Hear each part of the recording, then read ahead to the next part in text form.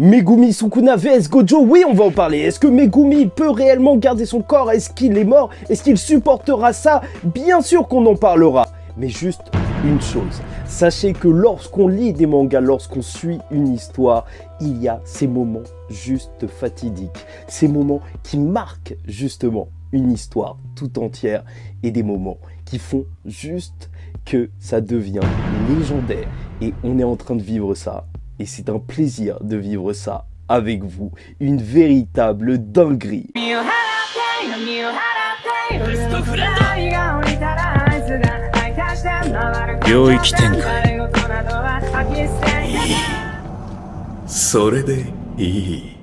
Mesdames et messieurs, ici Chaz et on se retrouve aujourd'hui pour la review du chapitre 212 de Jujutsu Kaisen Festin. Et la semaine dernière avait déjà été folle avec Tsumiki, la révélation qu'elle était en fait pas du côté des héros. Et rien que ça, déjà, j'étais fou parce que je me disais, mais comment ça se fait que la communauté ne soit pas en ébullition? Et là, avec ce chapitre, non mais là c'est trop. C'est beaucoup trop, franchement. Mais quelle folie, qu'est-ce que Gege Akutami est en train de nous cuisiner? Enfin ça y est, il nous a lâché le plat.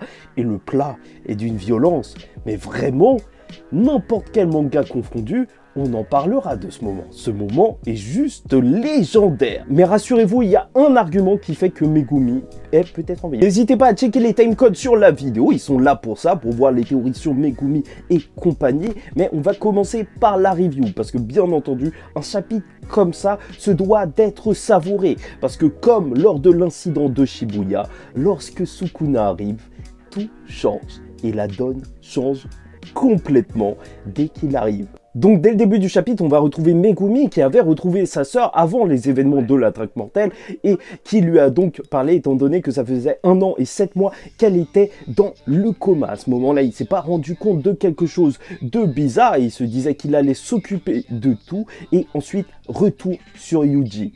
Ça, c'est la partie la plus terrible. Voir comment Yuji, il va sombrer lors de ce chapitre. Parce que, bien sûr, en fait, il y a eu tout un parcours de rédemption pour lui. Dans le sens où il a juste cherché à être utile. Et il est heureux d'avoir été utile à sauver la sœur de Megumi. Ah, ça fait mal. Ça fait mal. Rien que de commencer comme ça, tu sais que ce chapitre fait très très mal. Parce que, bien entendu, ils avaient deux objectifs. Libérer Gojo et s'occuper de la sœur de Megumi. Et malgré tout ça, alors bien sûr, en fait, justement, c'est ça qui est terrible. Yuji, de base, ne voulait pas rester avec Megumi. C'est Megumi qui lui a demandé de l'aide et lui a demandé, justement, de venir avec lui pour le sauver lui-même. Purée, c'est terrible. C'est terrible. Il n'aura pas sauvé Megumi. C'est encore pire. Ah non, c'est vraiment un truc de fou. Non, il faut se calmer. Parce que, bien sûr, à partir de ce moment-là, il se dit que tout est plus ou moins réglé. L'ange pourra libérer Gojo et surtout, l'ange pourra effacer Sukuna. Et je te rappelle que, sûrement, qu'il y a un moyen de l'effacer, de le détruire véritablement, vu que dès qu'il a vu qu'il y avait l'ange,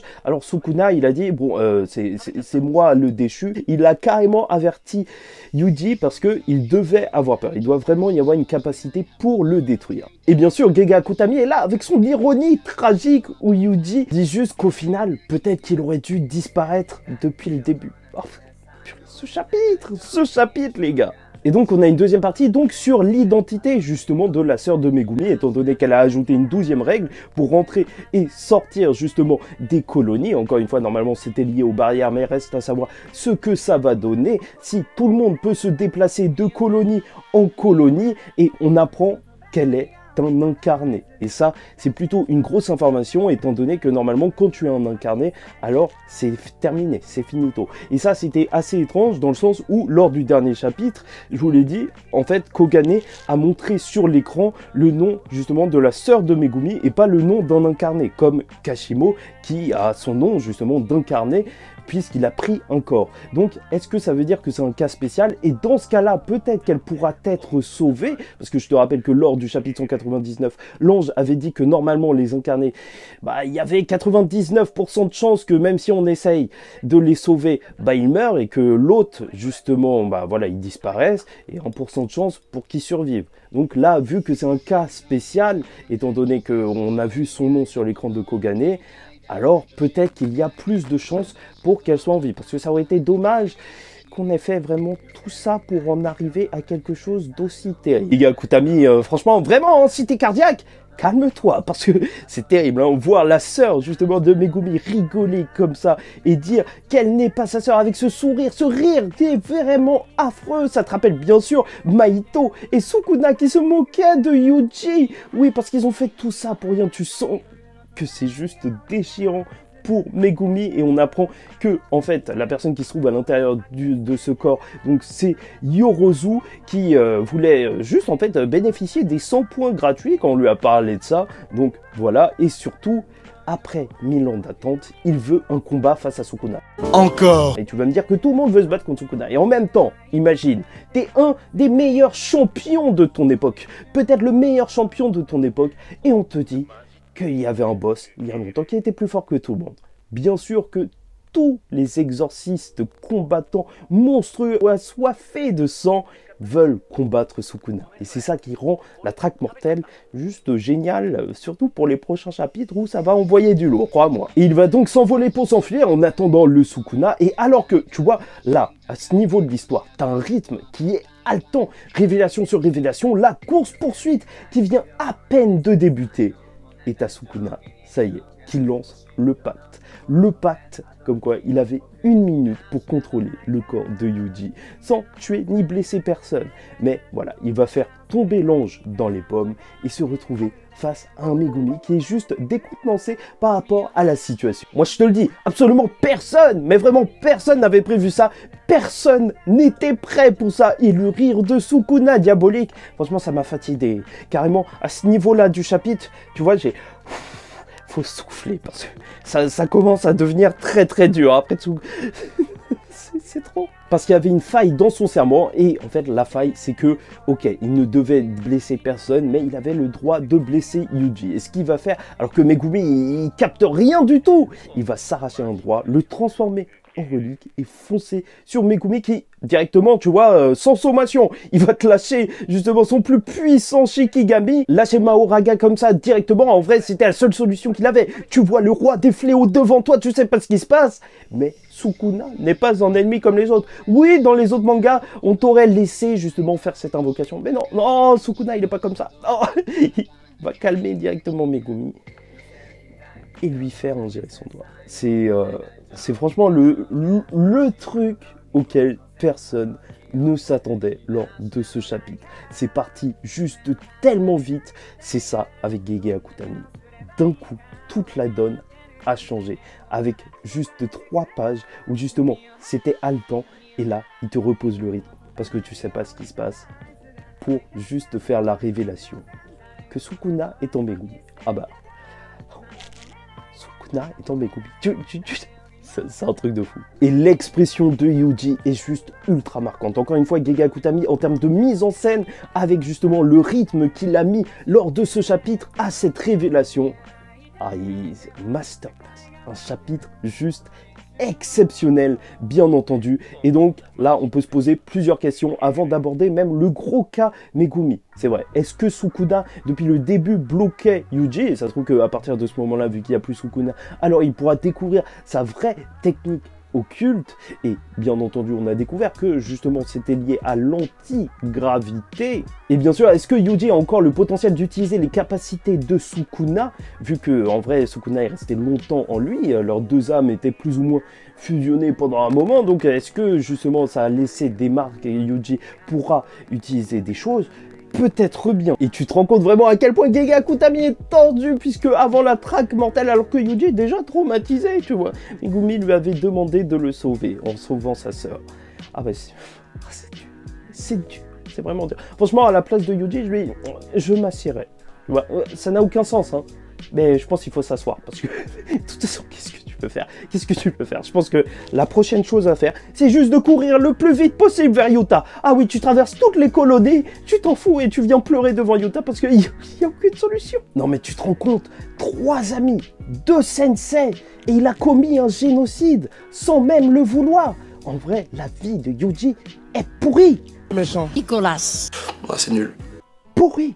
Vraiment, c'est la pire année de sa vie. Et est-ce que tu imagines le retour de Gojo? Mais ça a absolument aucun sens. Il va rentrer, il va voir Nobara est mort, il va voir Megumi, posséder voir Sukuna, il va voir Yuji en dépression. Moi, à sa place, je re-rentre dans la prison. Je re-rentre dans la prison.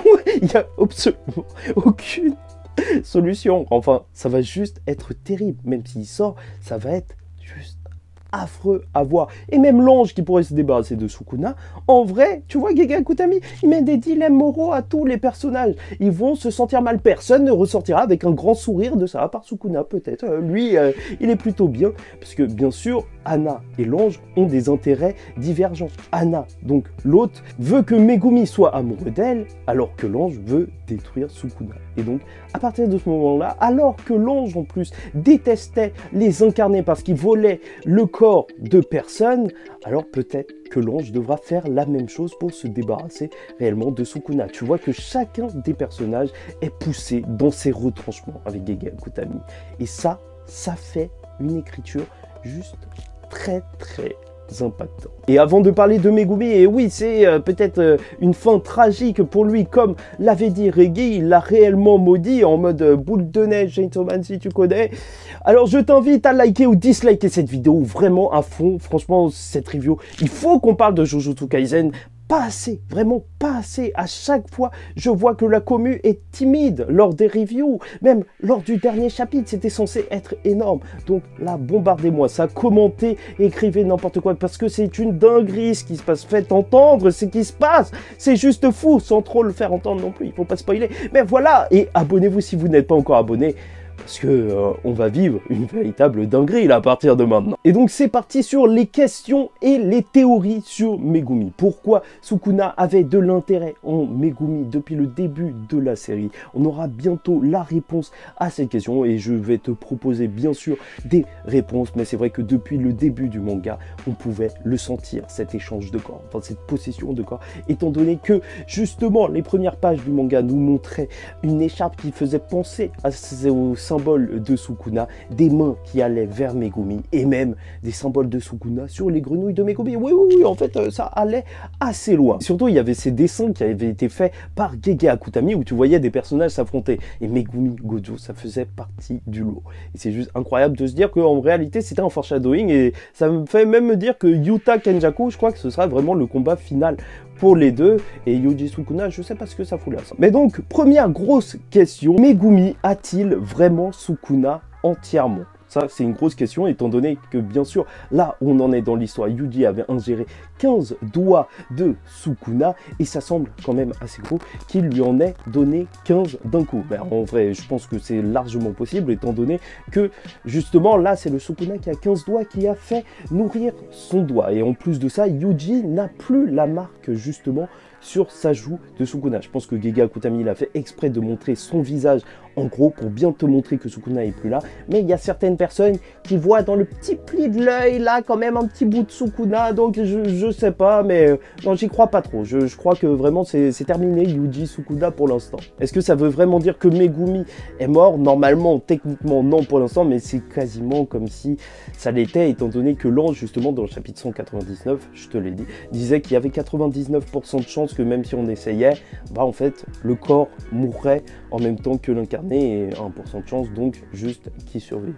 Mais sait-on jamais, l'espoir fait vivre. Mais là où c'est incompréhensible de savoir si Megumi a réellement Sukuna en ce moment, c'est juste en fait que normalement un doigt est un poison mortel pour un être humain. Il n'y a qu'une seule chance sur 1 million d'après le tout début du manga, premier chapitre, donc de s'en sortir après avoir ingéré un doigt de Sukuna. Même si en fait il y a certaines personnes qui vont dire que au bout d'un moment dans le manga justement il a été dit que les doigts de Sukuna choisissent leur hôte.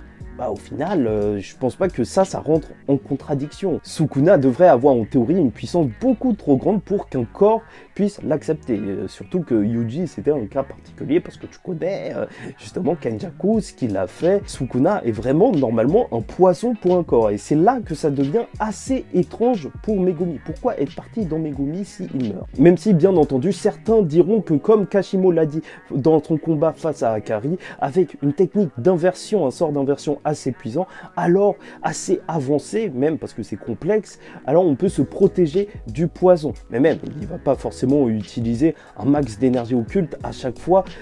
tout le temps juste pour rester en vie. Sauf si, et c'est là qu'on va parler de pourquoi il a pris le corps de Megumi, et c'est ça le plus intéressant, savoir que veut-il faire de ce corps. Parce que c'est vrai que ça n'a aucun sens, même en termes de timing. Pourquoi choisir maintenant alors qu'il y a l'ange juste à côté? Bon, c'est vrai qu'il pouvait s'en débarrasser parce qu'il était vraiment juste à côté, mais il aurait pu choisir un autre moment, Sukuna. Il aurait pu choisir justement le moment où ils se sont retrouvés avant la traque mortelle avec Yuta et juste Megumi, Yuji.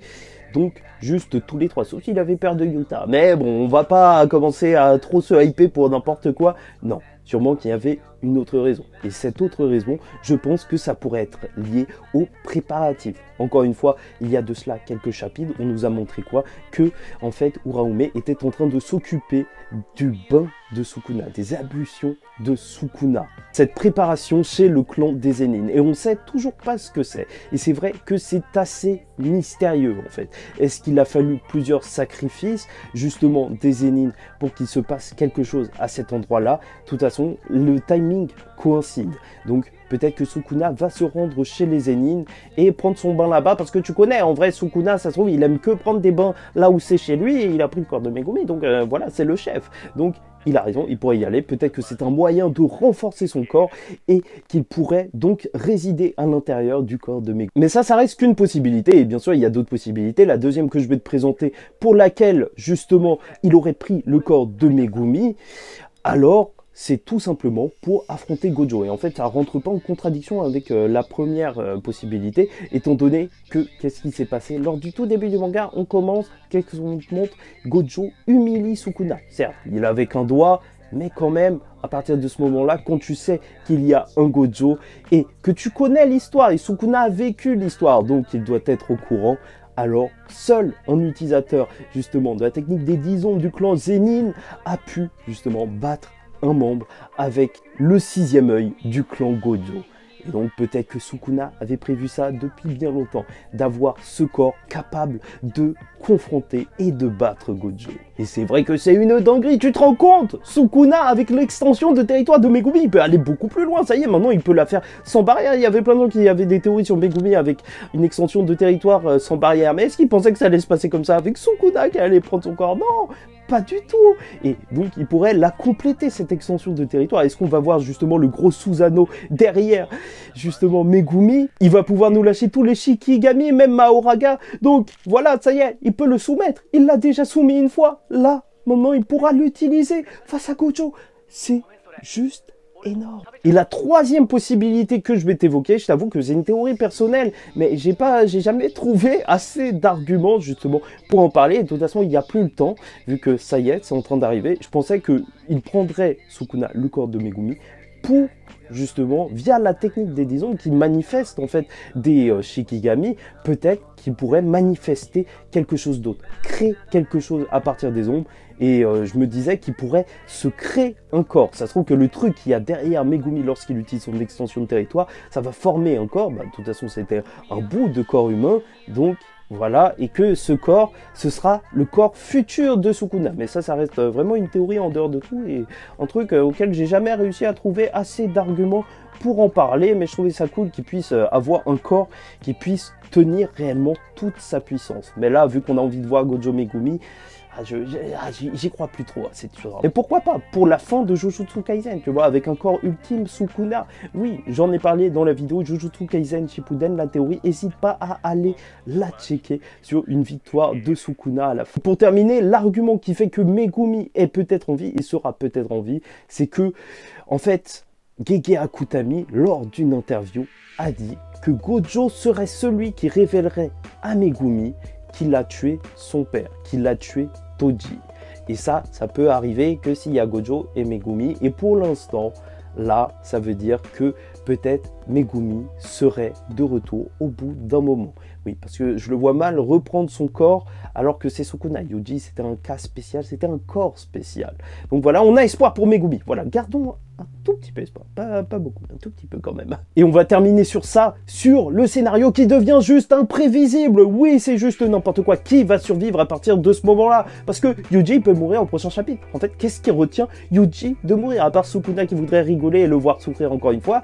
Ah non, non, non, c'est juste terrible. Bon, après, peut-être qu'il pourrait garder ce corps au cas où. Mais tout le monde pourrait mourir lors du prochain chapitre. C'est ça la véritable dinguerie. Et même Kashimo, s'il arrive, qu'est-ce qu'il va faire? Parce que je vois des gens s'exciter. Mais il va se faire... Ah, je sais pas. Franchement, je sais plus. Il n'y a qu'une seule chance en réalité. Et vous savez de qui je parle. Takaba, celui dont la technique, en fait, vu qu'il la connaît même pas, elle est ultra puissante. Et tout ce qu'il trouve drôle, il peut le rendre réel. Et ça marche même sur Gojo. Et donc, ça pourrait marcher sur Sukuna. Oui, ça se trouve que c'est Takaba qui va sauver tout le monde, là. Il va retenir Sukuna, il va mourir à la fin, parce qu'au bout d'un moment, il arrêtera de rigoler quand il va voir que Sukuna... Il ne rigole pas, lui. Oui, pourquoi pas, allez, soyons fous, qu'il tape dans le dos de Megumi et qu'il crache le doigt et que ça rentre dans la bouche de Yuji. Voilà, scénario juste incroyable, tu l'auras vu ici. Enfin bref, quoi qu'il en soit, je te résume juste la situation. La sœur de Megumi est un incarné. Sukuna est dans le corps de Megumi. Kenjaku a Tengen et Gojo est encore enfermé. Tout va bien, tout va bien. Fin du manga lors du prochain chapitre. Gegakutami avait raison. My best friend!